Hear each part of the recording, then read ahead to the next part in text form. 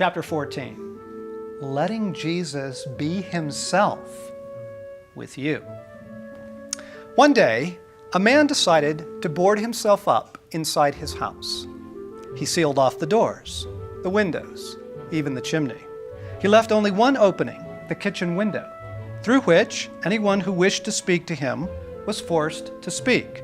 Now, fortunately, there were people that still wished to speak to him, so they called on the man at his kitchen window. Over the years, this fellow came to the conclusion that the world was such a place in which people only speak to one another through kitchen windows. He wrote a book in which he argued that human discourse cannot and does not take place in any other way than through kitchen windows. The Kitchen Window School was founded shortly upon his death. Our experience of Jesus is limited most often by the limits we put on him. A painful truth, but also a hopeful one. Perhaps we can take down some of the barriers. Most of the limits we put on Jesus, we do unconsciously. Now, some of it we do intentionally, and of course, a trainload is dumped on us by our context. In which case, the parable could begin, one day a man was boarded up inside his house by his past, or by the leaders of his religious community. But I'm not looking to fix blame. I'm trying to help us find Jesus. As I said at the beginning of the book, though Jesus has been vandalized both by religion and the world, he's still alive and very much himself, but it takes a little bit of uncovering to know him as he truly is. Step one to a deeper experience of Jesus is knowing what to look for. That's why we've been looking at his personality, setting him free from the religious. If you can hang on to this, it will open up an entire world for you. This is a Jesus you can actually love because this is who he is. All right, step two involves removing some of the debris that's been piled in the way so that we can begin to experience him, share our life with him. For example, if for whatever reason you believe that Jesus doesn't speak to me, it's going to be hard to hear him speaking to you, right? Or if you believe for the same reason that Jesus doesn't really love me, it will be awfully hard to experience the love of Jesus. Are you following me? It's a stunning realization. You will find Jesus pretty much as you expect to. Not because he is exactly as you expect him to be, but because he would be known by you. And you have insisted that he only act within the boundaries you've set. You've insisted that he call at the kitchen window. Jesus will accept those terms of engagement for a while, like a loving parent will do with their teenager, because he wants relationship with you. He'll suffer these limits for years. It explains why one denomination experiences Christ in one way and another denomination experiences him differently, and why both are missing massive portions of his personality. They created rules outside of which they forbid him to act. Peter tried this at the Last Supper when he forbid Jesus to wash his feet. Friends, you don't want to be telling Jesus what he can and can't do, okay? So the best place to begin, and one of the most powerful things you could ever pray, is this: I renounce every limit I have ever placed on Jesus. I renounce every limit I have ever placed on him in my life. What do you think of Jesus? Here is a very revealing way to get at the same issue from another angle. What do you think Jesus thinks of you?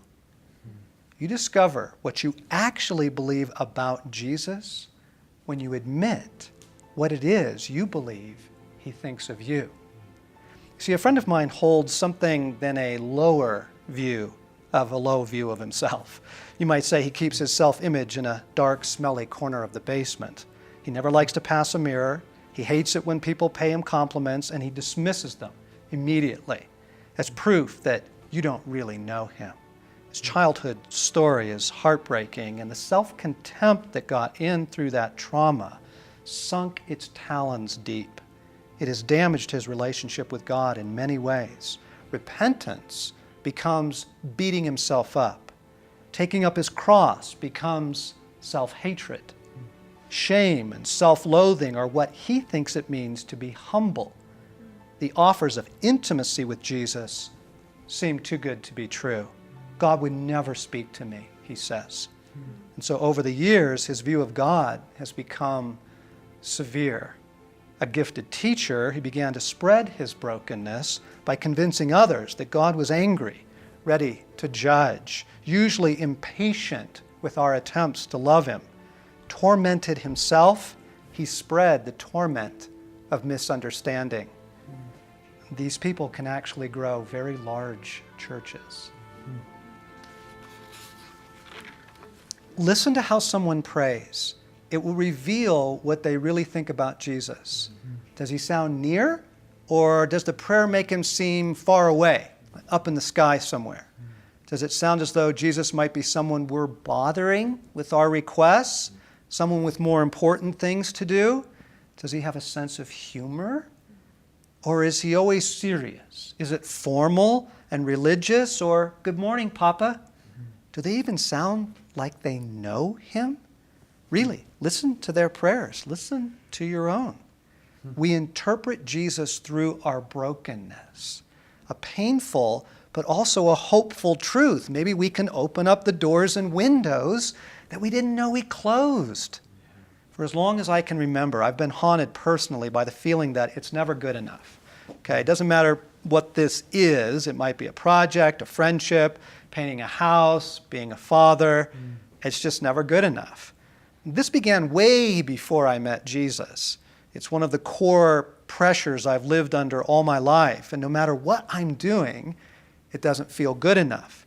Now, I became a Christian with this belief already deeply rooted within me.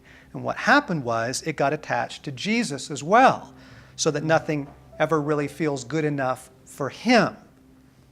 Okay, I'm not doing good enough. I'm not loving him enough. You get the picture. This has absolutely nothing to do with who Jesus really is. It's my brokenness shaping my perception of him. This is actually really good news, friends. A fair share of your difficulty with Jesus is simply your brokenness getting in the way. It's good news because it enables us to realize that our perceptions might be wrong, that this isn't what Jesus is like, that this is our brokenness talking.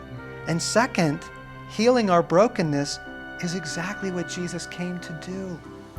How did he handle every broken person that ever came to him? Okay, so think back to the story of Jesus and the boys fishing after the resurrection. Remember now, what did Peter do as Jesus was being tried and tortured? He renounced him. Not once, 3 times. And then the rooster crowed, and Jesus, face swollen, upper lip already burst open and bleeding, he looked him right in the eye. Peter ran outside and wept. Can you imagine how torn apart he was inside? How full of shame and self-loathing? The doubt that Jesus would ever want to see him again.